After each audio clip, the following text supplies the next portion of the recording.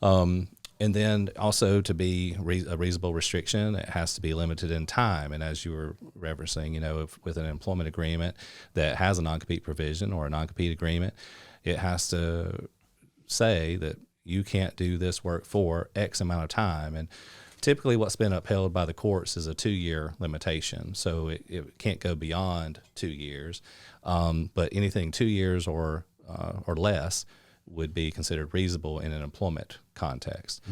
Now that can differ if it's a sale of a business context. So let's say someone is selling their business and they agree to a non-compete for a period of time so that they won't get back into that business after they've sold the business. And you know what?